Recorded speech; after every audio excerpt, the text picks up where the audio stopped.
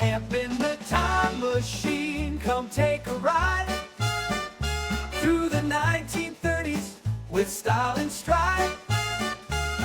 Books, films, and fashion, the songs that remain. We regret nothing, the past calls our name. Welcome back to We Regret Nothing. I'm Sean, and today we reached a final fitting in our exploration of 1930s fashion. Over the last 2 episodes, Michelle, Andrea, Lori, and I worked through 20 defining looks of the decade. Styles shaped by economic hardship, Hollywood glamour, and a growing sense of modern identity. From practical everyday wear to elegant, bias-cut sophistication, the 1930s proved that style doesn't disappear in difficult times. It just adapts. Now, we're down to the top 10. And by the end of this episode, only 5 fashion items will earn a place in the space capsule to represent the look and feel of the 1930s. This is where the decisions get tough. Timeless elegance versus cultural impact. Function versus fashion. Which pieces truly defined how people saw themselves? And how this decade will be remembered. So today, we ask the final question. Which 5 fashion items best capture the style, resilience, and identity of the 1930s? Let's find out. Welcome, Michelle. Hello. Hello, Andrea. Mm-hmm. And welcome back, Lori. Hi. So we have to start every fashion episode. Lori goes all out. Lori, can you stand up for us? Yes. What are you wearing? Well, I have inspiration for many things this time. We'll start with the high neck that we referenced last time. It's not in your face, but it's nice. A little bit of curl and the hair ornaments that the ladies used to wear in their hair. The window pane design on my shirt is more like Frank Lloyd Wright architecture with the tiny squares and a little pajama. I cannot give up the pajama because it's so comfy, even though it's not a wide leg trouser. It's more of the beach pajama look. And all black. If I was going to hang with the Hollywood ladies, this is probably what I would wear. Oh, okay. Gorgeous. Thank you. Absolutely. Do you want to ask Michelle and I about our fit? No, that's good. And the pendant jewelry. I do like the that. pendant jewelry. I love that. And to be fair, technically, you are hanging out with a couple of Hollywood types now. So You're right. win-win. Okay, let me start with our list just to remind everybody our top 10. In no particular order, the bias cut gown, wide leg trousers for women, double-breasted suit, evening cape, backless dresses, felt fedora, belted day dresses, the Bolero jacket, beaded evening bags, and gloves, both day and evening gloves. I think we decided last episode, Sean, it's just gloves. Just say gloves. No, because there is a difference. What's the difference? Your day gloves very rarely extended to your elbows, and evening gloves very often were only to your elbows. Any reason why that is, or it just is? Do we know? Why they what? Why the difference in day gloves and evening gloves as far as how far they go up on the arm? I don't know that there's a reason. I think it's just more. I mean, I never researched it, but I think it's just formality. I think the leg glove looks a little bit dressier. Because even the gauntlet you could wear during the day. Mm-hmm. Like you could be often would have that. Thinking about temperature, but it Right. could be temperature related too, right? Yeah. So in the evening, you're wearing something A little classier, bit, yes. maybe sleeveless, Mhm. right? And so you'd have it up a little higher on the arm. But during the day, you're wearing like your little belted day dress or Yeah. whatever, and so you could just have your. You need the efficiency to Mhm, just. mhm. That seems so. It's like, yes, this is going to keep me warm. Yeah, I mean, Like no, but I we mean, do but all you kinds- would like. we do all kinds of dumb Yeah, things. you to think make about ourselves- that, and it's like, yeah.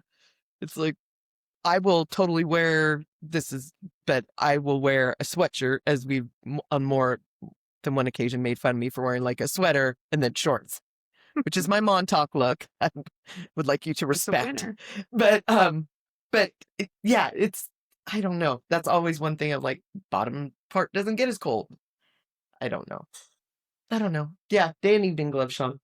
Well, I mean, we fine to kind of started differentiate. at number 10, but I like I like what we got. But Lori, you have made it very clear on Yes. previous episodes.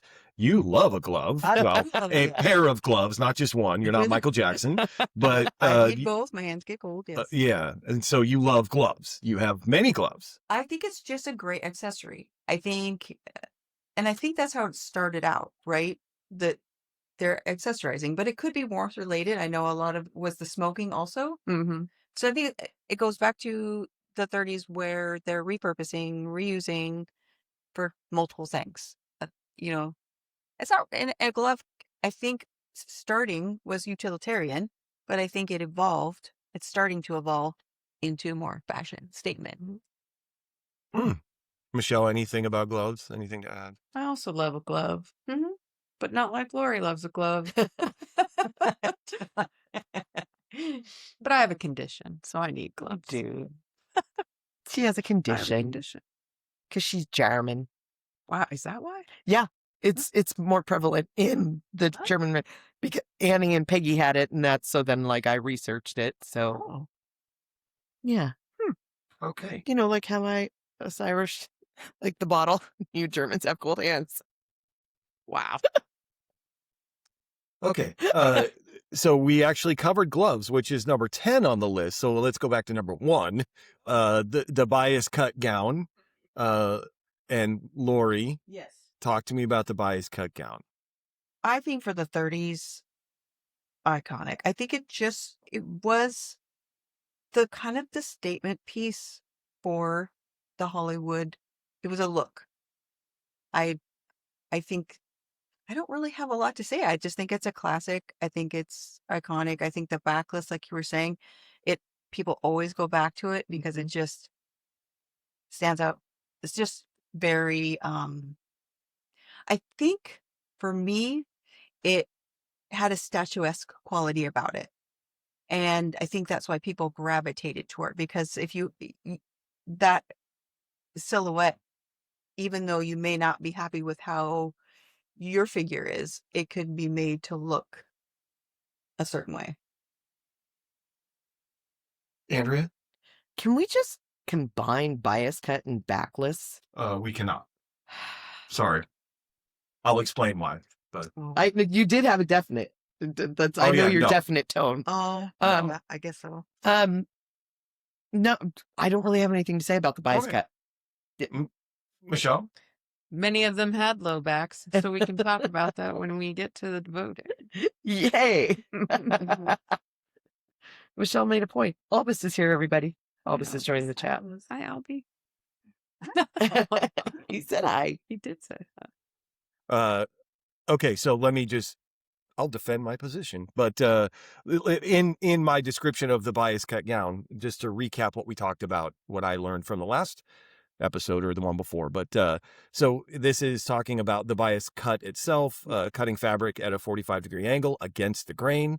Michelle thankfully had an analogy for food, for steak, that resonated with me.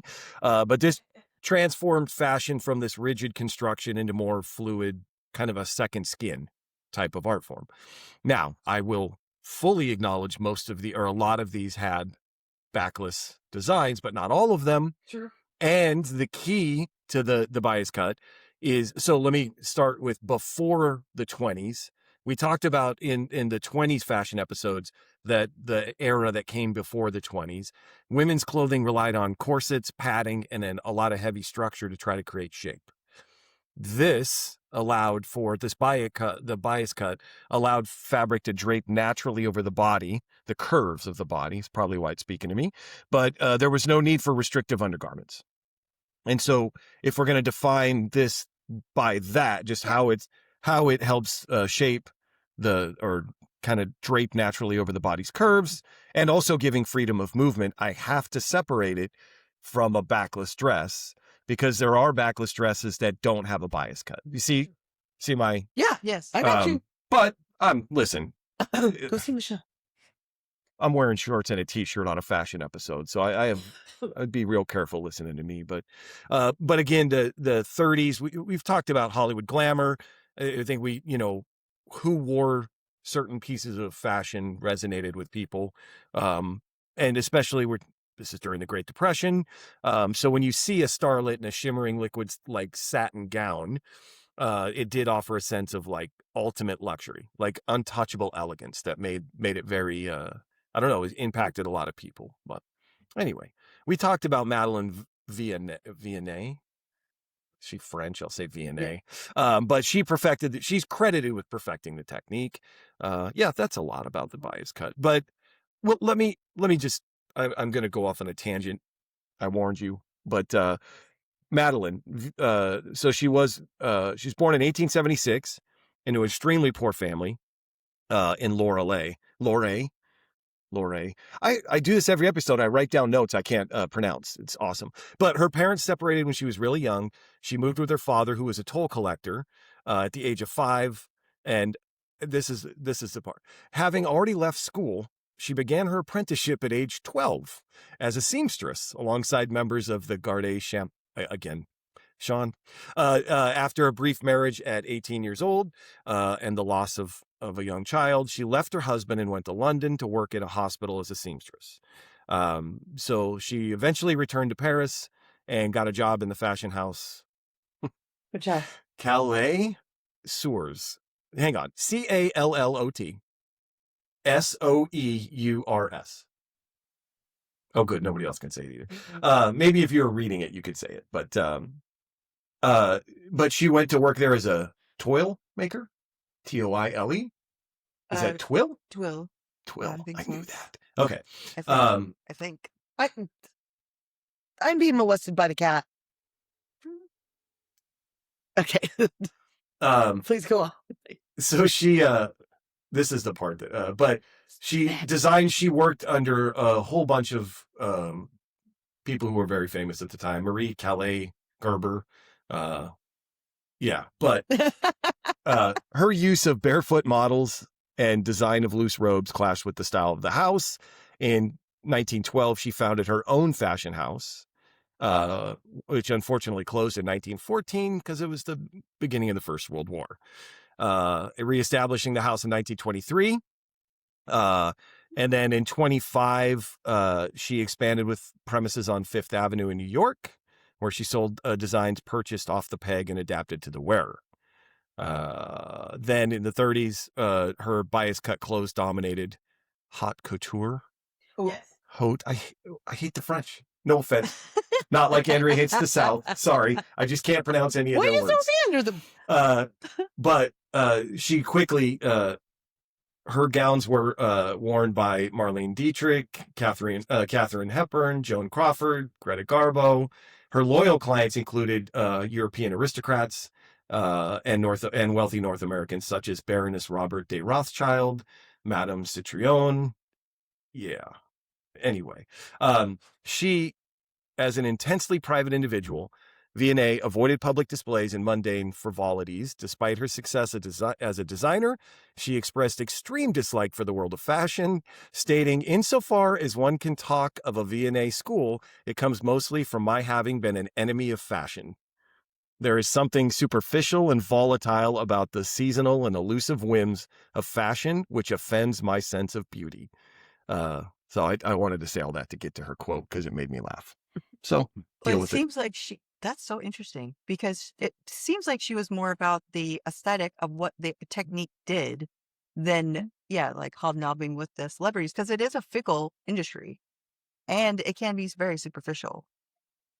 And so when people are creative and are just looking at the process, take it by a purely technical standpoint, that I can see how that would clash with just people going, "Oh, I'm rich, so I can or whatever." And it makes a lot of sense to me. Is why I went through that whole thing to get to her quote. I like that. Because in a fashion episode, we're highlighting someone who actually hated fashion, hated the industry.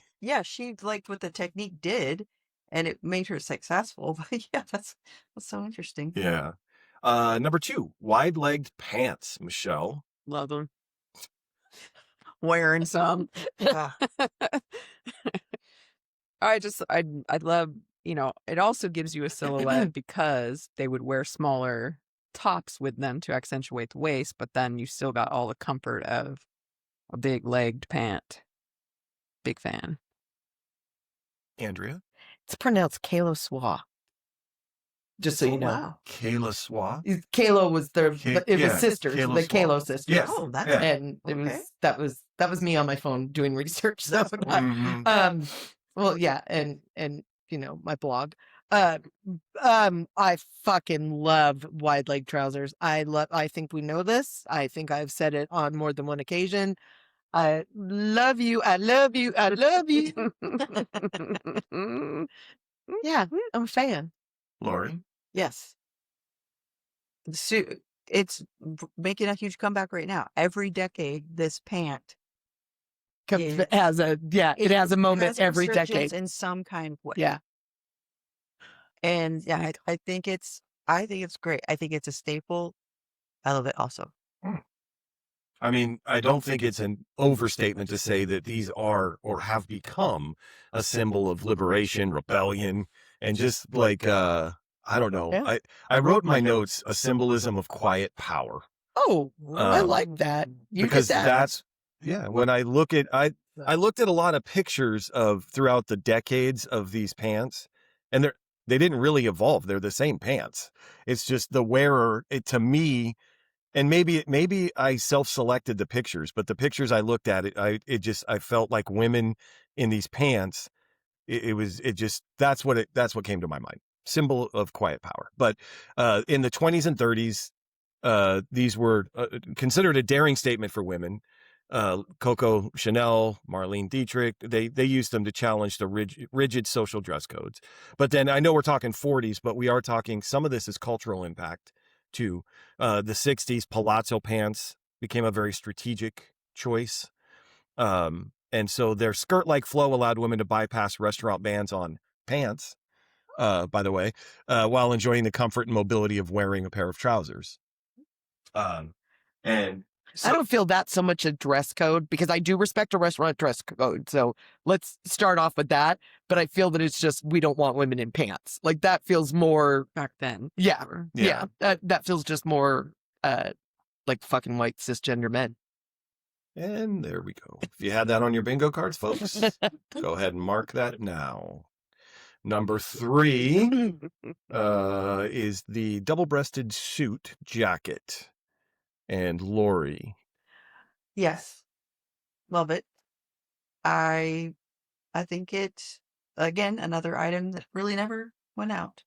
It's just in different iterations of buttons or fasteners or colors. Mm-hmm. I don't have a lot to say, but Okay, yeah, I think that's okay. I think it's a good staple for sure. Yeah, Michelle? I particularly like it, like we talked about, like on a woman. I think it looks great, and we are seeing a lot more of that coming back, like you said. And that it was supposed to be, you know, a more casual offering. Which, when you think about it now in your head, you're like, how is that even remotely casual? But yeah. Andrea? I too like a double-breasted suit. I very much like to see it on a female. What's funny is when you say double-breasted, for some reason, the suit, I immediately picture Fred McMurray. I don't know why. Every time. That's great. And then it goes from Fred to Jimmy. To Right. Jimmy Stewart, which is odd. I'd think of Jimmy Stewart first, but it's I just think of those two, and it's Fred McMurray in Double Indemnity that I think, I'm not My Three Sons.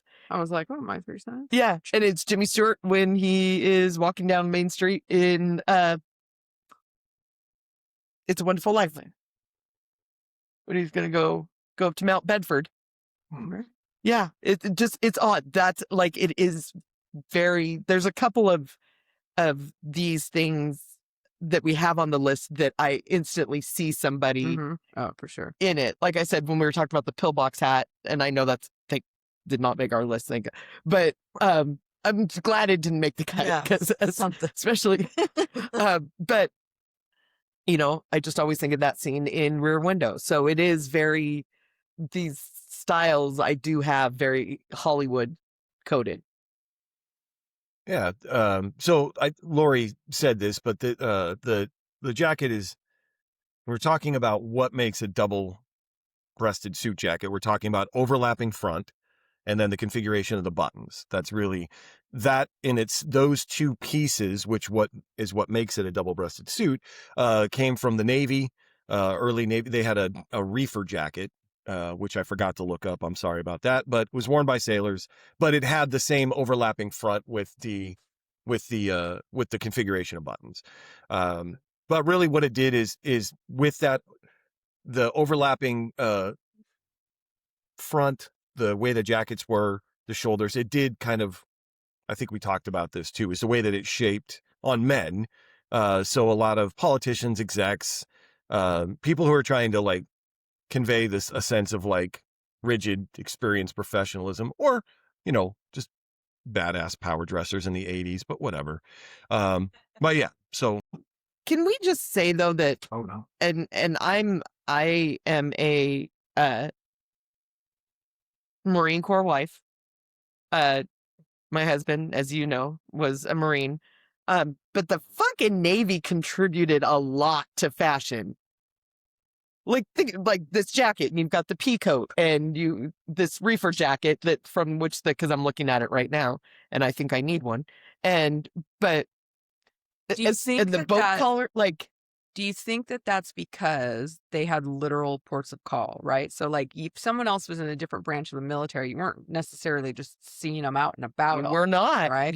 Yes, But as those guys would roll into different Yeah. places, then they would get off the ships, go into town. Blunt's up and the I don't battery's know, I'm down. speculating. Yeah, Yeah, yeah, yeah, anchors away. yeah. Uh, I never thought, but yeah, that I makes don't a lot of know, freaking but- sense. It makes a lot of sense. you would see them more often than you Yeah. would maybe see other branches of the Because like military. and the Royal British Navy, like a bunch of we had clothes in the 20s that came Mhm. from them, and so yeah, that was I'm just good on you, Navy. You did something right. Oh boy. Besides give the Marines a ride to war. That's Kiefer Sutherland and a few I good know. men. That's not me. I'm aware. Blame Aaron Sorkin for that shit, everybody. Okay, number 4 is the evening cape. Andrea.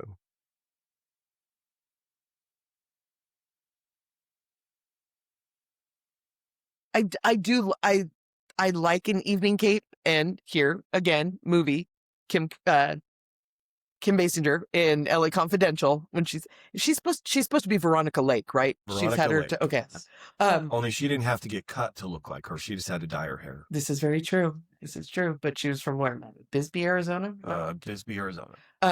Anyway, I instantly see that but that is very Veronica Lake, Mhm. and I like the evening cape when it is the full cape.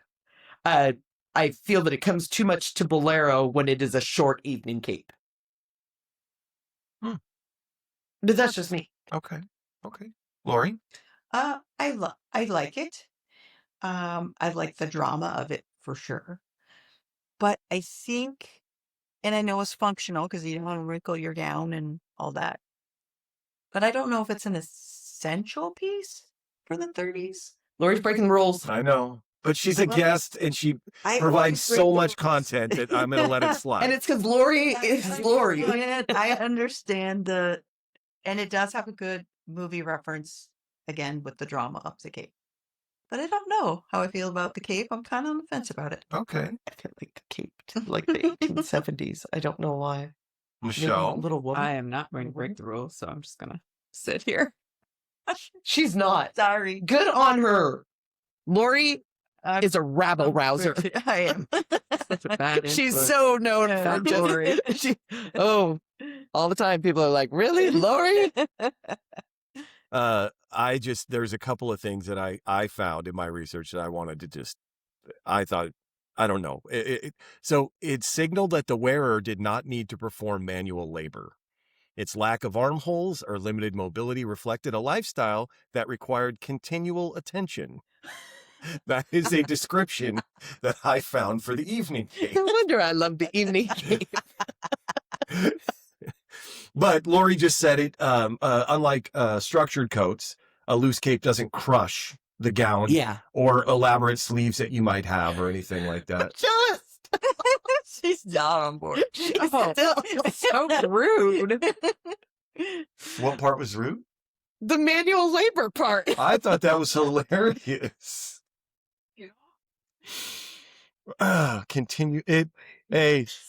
Reflected a lifestyle that required continual attention. Well, then that is why I had realized it. But Michelle, in the episode that we discussed the cape before, had mentioned Bela Lugosi. I found that he wore the cape to hide a trapdoor in the stage behind him. Oh. I don't know if that is, but I found two different sources that said they had to find something to hide this trapdoor. They got the cape, and then now that's a vampire. Yeah, because vampires don't wear capes. Well, neither do superheroes. Not to live. Well, no, Edna Mode, thank God. Yeah, but Superman, Batman. But so again, you got a couple of cape wearers on the good side. You got Darth Vader. Obviously. That is a cape. That is a cape. That's a cape. I mean, I hate to say it this Why way, did we need but the he cape? dramatically leaves the room by Yes, he does. And I don't love saying that, but he does do He's it. a diva. Come on. How dare. All right, number 5. Can I take a minute if we're going to talk about Star Wars a shit ton in the 70s. I know this, but I just We're want not to going to talk about anything else. that Hayden Christensen does not get the love he deserves because I hated Anakin so much because he played it so well. I'm just going to say that now. Like, people are always like, no, he was horrible. No, he was fantastic because you fucking hate his whiny ass. Also, Natalie Portman is a pedophile in that movie because that was a child. Number 5, backless dresses. Lori. Yeah. I mean, sexy, Yes, girl. but yeah, I think they're super flattering. I think, again, dramatic. I'm on board. That's about it for it. Okay. Michelle? I like that they were mostly low back. Well, it was a backless dress, but Yeah, sometimes but- they were like, yeah, you know, you could do that square where it was hit you mid or back. have the T. There Yeah, was the T that across T the back. is- I yeah. like that quite a bit actually. And that the ladies love to show off their suntans, Yeah. which means they were out there. Which they originally called them sunburns, which a suntan was called. Yeah, originally it was called a sunburn. Like if you were, which I was like, I wonder how that flipped. That's when I read my thing. I was like, I did not know that. But I always think of Diana Rigg in Evil Under the Sun. Do you remember when she's tanning and she's got that hat on that I wanted so bad for Mexico last time? I love a backless gown. I know you're just waiting for me to get there, but yeah, I do. I love it. And I do love that it shows off your tan and your back, But now which it made backs sexy.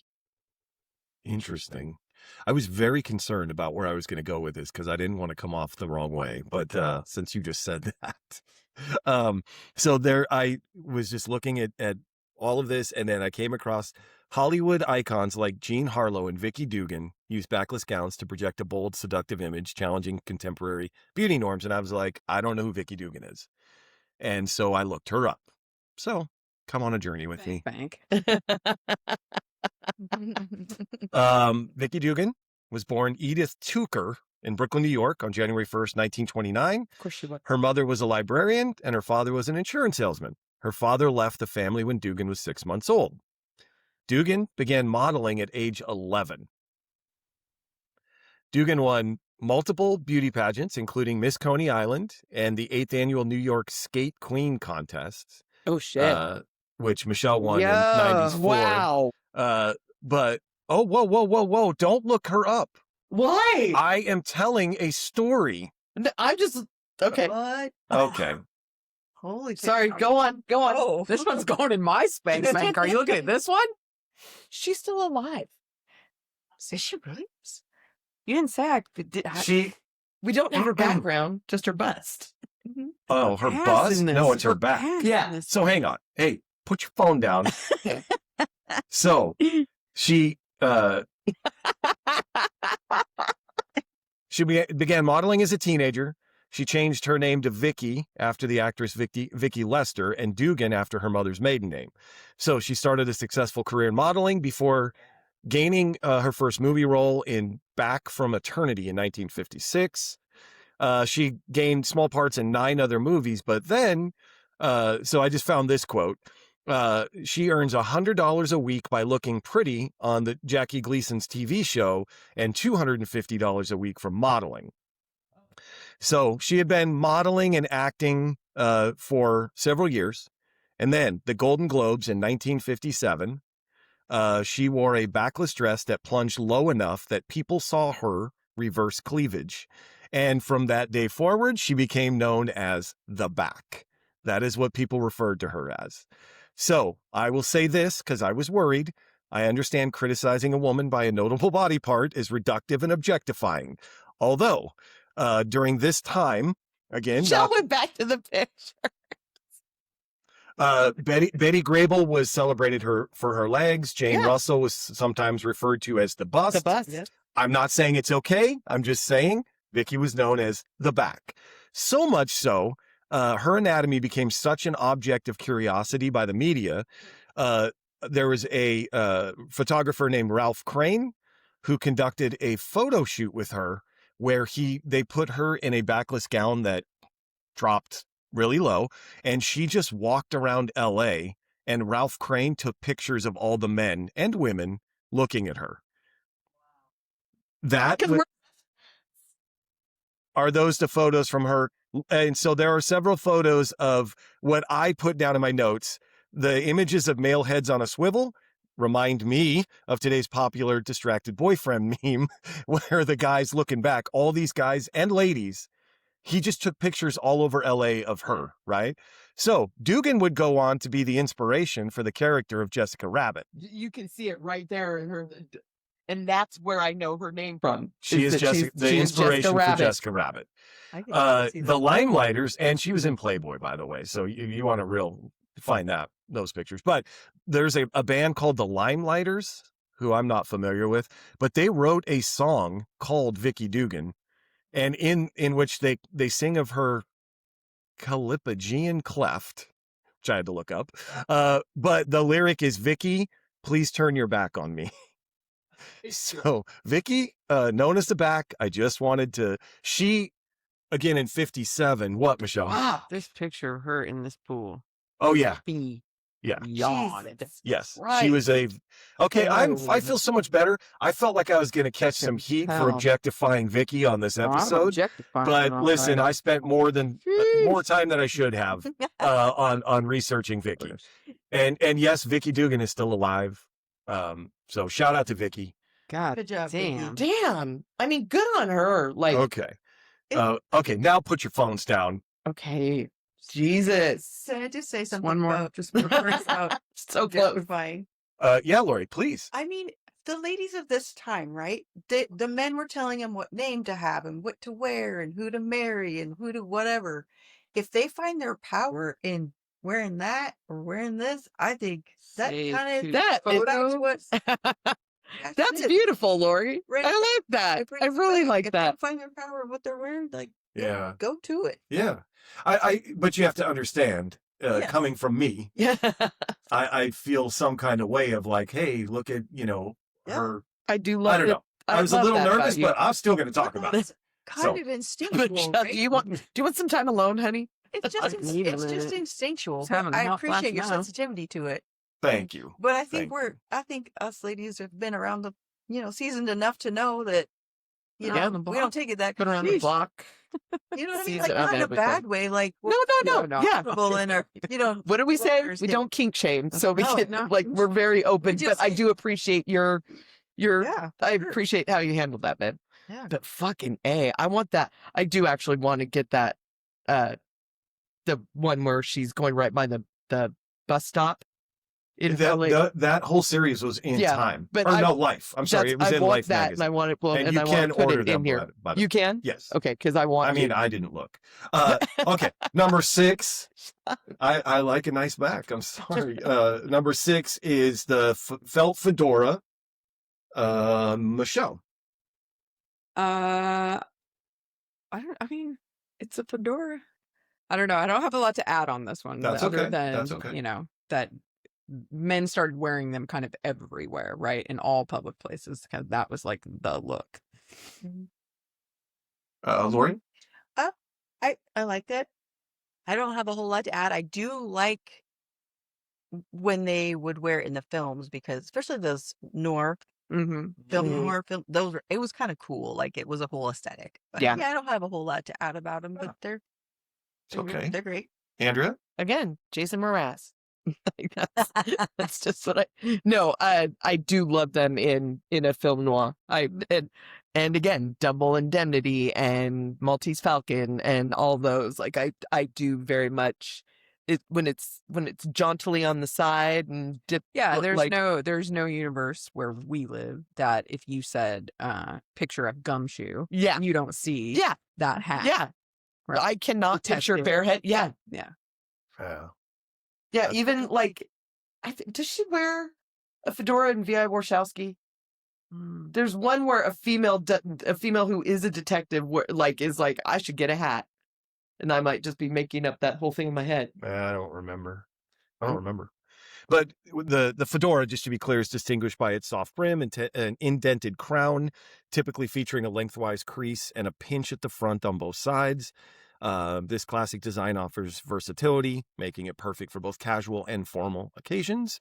I think I mentioned this, but my last tangent of the episode, I hope. But the fedora's history dates back to 1882, when it was introduced as a stage fashion accessory in the play Fedora by French playwright Victorian Sardou. The role of Princess Fedora Ramazov, portrayed by the renowned actress Sarah Bernhardt, featured a soft-brimmed hat that quickly became a symbol of elegance and progressive fashion. They just started calling it a fedora based on the name of the play. Let's talk about Sarah Bernhardt for a second. My last tangent, I promise you. But she's born in October of 1844. She is the daughter of Judith Bernard, who is a Dutch Jewish courtesan in Paris. Dutch Jewish courtesan. So, she would later write that her father's family paid for her education, but insisted she be baptized as a Catholic and be left a large sum of money to be paid when she came of age. No one knew who her father was. We do now, but it wasn't until recently that I was just going to say anybody knew who he was an attorney. He's named, but anyway, he just gave mom a whole bunch of money and said, baptize her Catholic, give her money when she's 18, and he was never in the don't picture. come here again. Yeah. So her mom traveled frequently, saw very little of her daughter. She had placed Bernhardt with a nurse in Brittany, then in a cottage in Paris. But when Bernhardt was 7, her mom sent her to boarding school for young ladies in the Paris suburb of Actuel, paid with funds from the father's family. So that is where she acted in her first theatrical performance in a play, Clothilda, where she held the Queen of the Fairies role. But while in boarding school, her mother rose to the top of Parisian courtesans. Consorting with politicians, bankers, generals, and writers, her patrons and friends included Charles de Mornay, also known as the Duke of Mornay, the half-brother of Emperor Napoleon III, also the president of the French legislature, and the list goes on and on.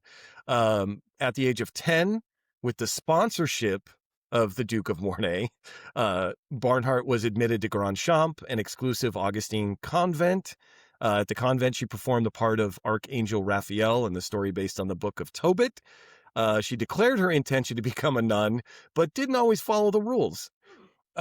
Spoiler alert, she's got a bit of a temper. So here's the one funny thing I wanted to say about her. There's several, but so at the convent, by the way, she was accused of sacrilege when she arranged a Christian burial with a procession and a ceremony for her pet lizard that just died. I'm digging. So she received her first communion as a Roman Catholic in 1856. And so I just thought that story was pretty funny. But at 17, she becomes a stage actress in several plays. Like I said, her hot temper and a couple of offstage incidents led her to deciding to quit the theater. So let me just tell you, one of the incidents at the theater, the guy working the door. I just forgot what he was called, but he called her Little Burnett, and she hit him over the head with an umbrella and broke it. I will say this about her though: when he retired 20 years later, she bought him a villa in Normandy, but she still hit him over the head with an umbrella. And then the Duke of Mornay is good friends with Alexandre Dumas. Oh no, Dumas. And so she decides to quit the theater and, like her mother, travel the world and take on lovers. That was her announcement. This is fucking. I've already said I would be a courtesan if I could. Dumas tells her, if this is what you want to do, you need to go to Spain. And then he gives her she carried to Brussels letters of introductions from Dumas, and that got her to all the highest levels of society. Just the letter. But anyway, she attends a masked ball. In Brussels, and she meets Belgian aristocrat Henry. Why am I talking about the French? He's the hereditary Prince de Legene. And so she has an affair with this guy. The affair was cut short when she learned her mother had a heart attack. She had to return to Paris. And when she returned to Paris, her mother was better and she was pregnant. All the stories I found, because there was a couple of different versions of this, but the one I trusted, she never notified the prince, never told the prince she was pregnant, had the child. And since her mother refused to have a fatherless child born under the roof, she moved to a small apartment. And in December 1864, the 20-year-old actress gave birth to her only child, Maurice, and gave him the last name of Bernhardt, which was a scandal, apparently. In France, a woman naming her child with her last name, that was a big deal from everything I found. It's okay to fuck for friendship, but it's not okay to give your... So after the birth of Maurice, she went back to the theater because she needed a job. And she quickly became arguably the most famous performer in France. And that led to a worldwide tour where her first American tour, 157 performances in 51 cities, top price of a ticket, $40. Damn. That is $1,335 today per ticket. She traveled on a special train with her own palace car, which carried 2 maids, 2 cooks, a waiter, and her maitre d' hotel, her personal assistant, and it also carried an actor named Eduardo Angelino, whom she selected to serve as her leading man, and according to all accounts, her lover during her tour. From New York, she made a side trip to Menlo Park where she met Thomas Edison, and he made a brief recording of her reciting a verse from Phedre, which I don't know what that is because the recording did not survive, unfortunately. She started her own theater troupe, which led to her buying her own theater, and it's not the theater you think it is. The picture of this thing is stupid. It's now called the Theatre de la Ville, if you want to look it up, but it is ginormous on a river. It was amazing looking, but good on you. So then she was also one of the early actresses to star in moving pictures. And then I already said 1882. Well, I said a lot of that. Some of that was just to make you all laugh and endear her to Andrea, but I just wanted you to understand, in 1882, when she puts on a soft felt hat in this play, it meant something. Yeah. So it becoming a fedora and the fedora exploding, not saying it was only her, but feel like she had a lot to do with it. And I'm trying to not go crazy. There's a lot more about her. You should look her up if you're interested. She was a very fascinating person. Okay. Where are we at? Number 7, and that is belted day dresses. And we're back to Andrea. I love a belted day dress. As I said earlier, I loved when there was the resurgence with Pretty Woman, and I had a few hanging in my closet. Yeah, I like a belted day dress. I understand I'm not going to break the rules, but I understand the allure of it. That's it. Okay. Lori? I love them. I think for this, it kind of goes away from the Hollywood glamour because it's for the everyday lady, right? Because they could make them. They could dress them up, dress them down. So I really like them. I like the versatility of them very much. Okay. Michelle? Sort of to Lori's point, they were for the everyday woman, so there were versions of them, even for the stout of us all. But that they could make them, so it became economically, sound for them to make a dress that they could reuse in different purposes. Okay. Yeah, I went on and on about Vicky and Sarah and some of the others because I don't have anything for this one and several more. So number 8 is the Bolero jacket, and that is Lori. Mixed feelings about Bolero jackets. I have seen fur ones that I adore, and they're so dramatic and so great with those bias cut gowns, but they can also be very unflattering. So I don't have a lot of thoughts on this. I think it is iconic with a gown, but in all other applications, not for me. Like what other applications? We talked about the Mother of the Bride dresses, how Oh, they yes. they were more functional and not in a good way, Right. Okay. Yeah. in my Yeah. in my opinion. Yeah. Michelle? I think this is one that we have not seen a giant resurgence of. I mean, in some forms a little bit, but the resurgence we did see was in like the very matronly Mhm. Mother of the Bride dresses. Mhm. But I mean, some of them are stunning. Yes. Like the Schiaparelli, I looked it up. Ski. Those are gorgeous, right? Yes. Like, and the amount of work that would have to have gone into them is crazy. Yes. Andrea? Yeah, like I said last time, it's what the Bolero is now, and we're talking about it in the 30s. Mhm. But my dislike of it is what it has not even evolved into. But if 30s, especially with the strapless gown, that having that Bolero jacket and the reveal, like I see where it was. It's something that hasn't done well because like it's like, let's cover up your arms. Let's, Mhm. you're a certain age, you can't show your arms anymore. And that's just bullshit. It has nothing to do with age. It has to do with weight.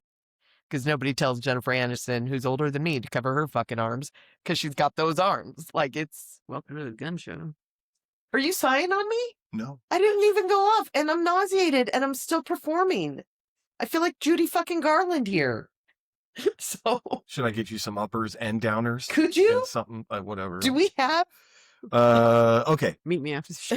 I think it was Michelle who brought up these jackets were originally worn by male toreadors, and the jacket was designed to be light, bright, and allow for free arm movement, which lended itself to women's fashion during the Victorian age. So, as Lori said, worn over blouses or bodices. I got very confused. I went down a Sean rabbit hole as usual with Zouave, because there's a Zouave jacket. Yeah. French. Zouave. I don't know what that. So there's a Zouave jacket Swap? that during the American Civil War era, the Bolero was associated with the embroidered jackets of the French Algerian Zouave soldiers. So there is a Zouave jacket. Yeah, okay. They're very similar. Is it similar to the? It's similar. Okay. Yeah, but I got real confused. It's easy. Yeah, It's I easy got to real do. confused. I haven't ever heard of that one before. That's Yeah, interesting. Zouave jacket. Yeah, I think that's Interesting. it for Boleros. Got some. real Oh, strong- also, it was a horrible movie with what's her name? Derek. Thank you. But I've never seen the movie. But Bolero is also a music style that started in Cuba, and I believe that's what the movie's about. Is the music I style? was told to leave the room. Oh, but I'm not positive. I've never seen it. So, number 9, beaded evening bags. Michelle. Michelle. Much like gloves, I like that these started out sort of utilitarian, right? You needed with the newer styles of dresses, there are no pockets. So in the evening, you would need something to carry your lipstick and your powder blush and your not money. And your carriage. Yeah, and your tiny Your carriage. tiny little pearl encrusted. But then I'll as shoot they you. became more popular, like then it became a fashion piece and women were, making them look extravagant at home and the like intricate beading work that it would have to be done. Yeah, it's impressive. Lori, Uh, you want to ask your friend there? yes. No. What do you I'll be think like, I about have them? thoughts on these. Uh, I think they're great because, again, Michelle was talking how people could make them, and they had many different shapes, many different styles. But I like both. I like because they can be sparkly. If you didn't have pockets, which is travesty, first of all. Word. But I think they're a great piece. I think they're perfect. Andrea and Albus? Albus is a big fan. He likes it. Carries them all I the time. saw Rachel Zoe with this beaded bag yesterday. Not like in person on TV. Rachel and I aren't really hanging out.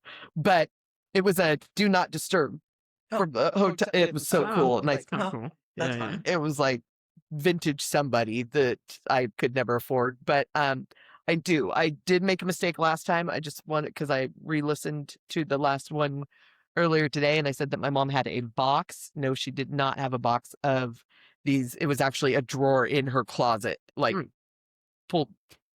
Do you remember my parents' closet? No. Okay. No. Why would you? But they had built-ins, and I just remember the bottom drawer was all of the bags, and I like to.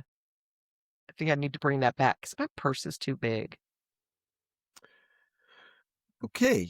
We went, number 10 is gloves, but I feel like we talked about that in the opening. I just want to make sure there's no saved rounds here. Anybody have anything else on gloves?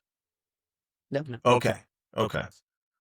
So let's do it. I would ask you to remember what we are talking about is an item or a style, so to speak, that if opened by aliens in the capsule, they immediately know this is from this decade. That's what we're going on. Not if you love it, hate it, any of that. It's just Representative. yes, representative of this decade with no further explanation. With that being said, number 1 is a bias cut gown. Andrea? Yes. Lori? Yes. Michelle? Yes. Yeah. Not that exciting for you. Not yet. Number 2, wide-legged pants. Lori? Yes. Michelle? Hell yes. Andrea? What they said. Number 3, double-breasted suit. Michelle? No. Andrea? No. Lori? No. Okay. We're sorry. Evening cape. Andrea? No. Lori? No. Michelle? Yes. Ooh. You You're did that welcome. just for me. I did. Number 5, backless dress. Lori? I'm torn on this after the story that you said earlier. I'm going to say no. Okay. Michelle? No. Andrea?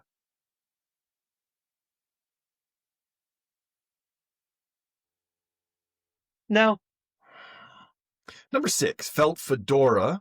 Do you want us to fight, Sean? Yes. Very much so. Michelle? No. Andrea? Yes. Lori? I also say yes. Number 7, belted day dress. Andrea? No. Lori? Yes. Michelle? Yes. Now we're talking.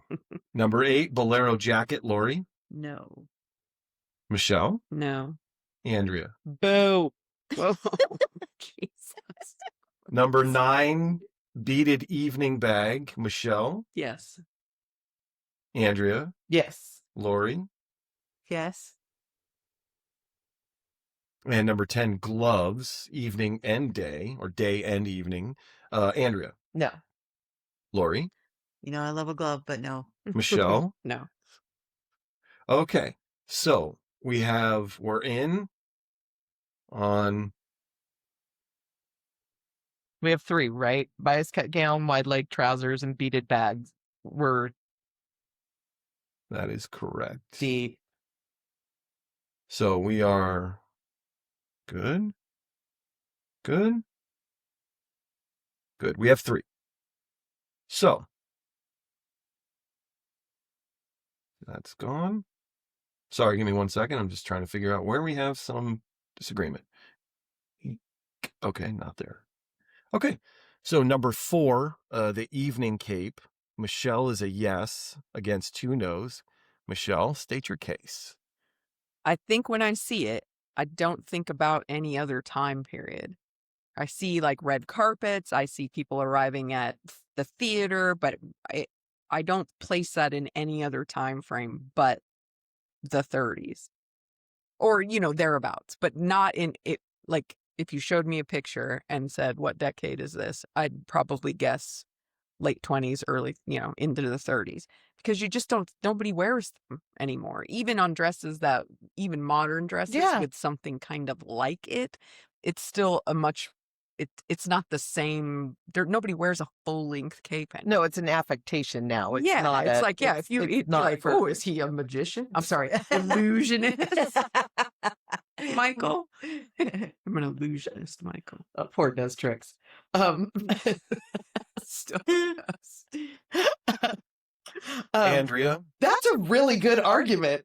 I will change mine to a yes because I too only see it in the 30s or Florence Nightingale. That's like the only. Yeah, exactly. Yeah. Lori. I agree. That was an excellent argument. And you don't see any other 20s. I mean, after the 30s, the 40s, they weren't wearing capes No. in their premieres. Mm-mm. Or, yeah. No. I mean, the illusionists were still wearing them. But, Wow. but Okay. It's an but yes, that's illusion. an excellent argument. And I will also change my vote. It's in. It is in. Like, Now, our next one here is number 7, which is belted day dresses. And Andrea, you are the only no on this. Defend your position, please. Oh, I was just being contrary. You said you wanted drama. I don't have an opinion. Oh, no. No, after I said no, then I was thinking on it, and it's when I picture a belted day dress, I picture the 50s. Like the June Cleaver. The June Cleaver. Yeah. Okay. Yes. Okay. Yes. I don't think of the 30s. I really don't. That's the only reason that I. Lori, how do you feel about that? Valid.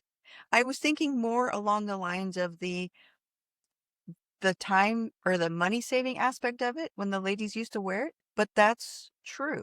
When you see 30s, and you may not think of something like you said that's purely for that decade, like a cape or Yeah. a bias cut gown. I That's a lean really more good towards. argument. It's a because- good point, and Yeah. I think a lot of that has to do with television, Yes. right? Yes. That's when we saw them, Right. right? That's when we would have seen them, like in, But I have to admit too that I saw yes. Our Little Margie and Yes. shit like that, where But Wallace, I think of Wallace Simpson, and she could wear the fuck out of a Right. belted day dress. Like she and the Abdicator were very like, they were very fashion forward. People but took from them. I take your point on that, and But I definitely would I lean more change my- 50s. Yeah, I would change my mind on that. I also would. 'Cause that So we're makes going sense. belted day dress? No, No. saying Oh, no. You're to You're the saying no. We're all no. saying Oh, no. thank Saying goodness. Okay. Because that's a really, really good point. I was thinking from a different perspective totally, but Okay. TV, yeah, good.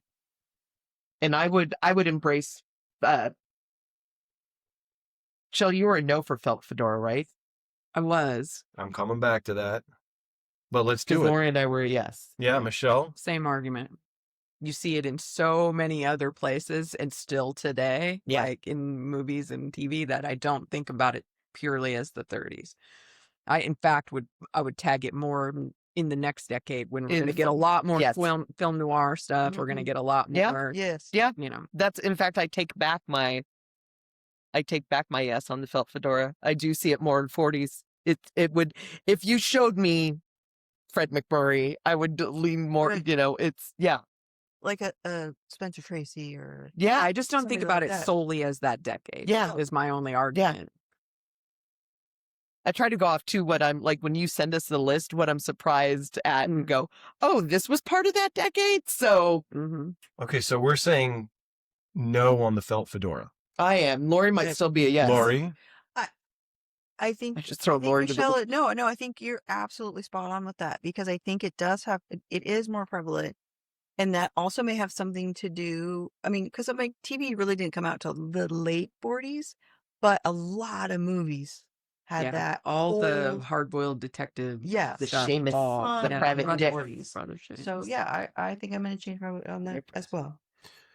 So I'll admit this to anyone listening. I think I made a mistake somewhere. So I need your all's help to. I have 4 yeses. Yeah, we have 4 now. We do not have a 5th yes. I know, but in looking at my notes, so listen, let me just recap this real quick. Yeah. On number 1, you were all yeses. Yes. Yeah. No, I'm sorry. On a bias cut gown, you were all yeses. Yes. On a wide-legged pants, you were all yeses. Yes. On a double-breasted suit, you were all no's. Correct. Yeah. On an evening cape, there was Michelle said yes, the other 2 said no. We changed that vote. Yes. So we have 3. Yes. Right. Then on backless dresses, you were all no's. Mm-hmm. Correct. On a felt fedora, Michelle was a no. The other 2 were yeses. That changed to all no's. Mm-hmm. Correct. Number 7 is a belted day dress, where Andrea was the only no, and June Cleaver turned it, so they're all no's. Yes. Mhm. Number 8, Bolero jacket. We were all you no. were all no's All across the board.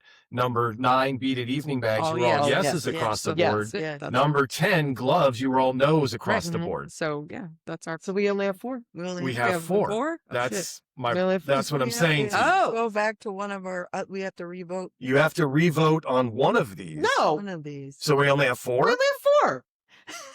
It's our fucking podcast. So this is interesting, though. This is a very okay. So I will take 4. I want to go back to what I said in a previous episode. Is I feel like the 30s was an overlooked decade of fashion. I tried to present a list of 20 quality items that You did? defined it, but in the discussion that we had, even out of those 20. There's only 4 things that actually represent the decade. It's very difficult to look at something from the 30s, my opinion, and go, that's from the 30s. Nope. My only note for this episode was 30s fashion is a hard one because of the bracket between the 20s and the 40s. Yes, that's why that is what I'm I knew you were putting gonna forward. run. All right, so hey, we have 4. Yeah. Okay, so the 4 items: bias cut gown, wide leg pants, an evening cape, and beaded evening bags. I love it. That's our 4. Yeah. And maybe it was more about the 30s were about ideology, about the transition from, the turn of the century, the first couple of Yeah. decades. Maybe it's like, this is like people are really being noticed for their fashion now. So Yeah. maybe it was more of, like you said, like a transitional. Yeah. Yeah. Okay. Wow. Yay! Okay, Lori, Yes. thank you. We'll see you in the 40s. Having Yeah. We'll see you in the Can't wait. 40s for fashion. See you in the 40s. Michelle and Andrea, thank you for all the time, the research, everything that you bring. Even my attitude? Well, I'm including that in what you bring to the show, Andrea. Thank you all. And then anybody listening, I'd really open it up. What do you think about us not finding 5 items? Let us know. Hit us up on socials. Leave a comment wherever you're listening to the podcast. If we jump the shark, it's not the 50s, but if we fell apart on the podcast, let us know. Hit us up, but just remember, we regret nothing.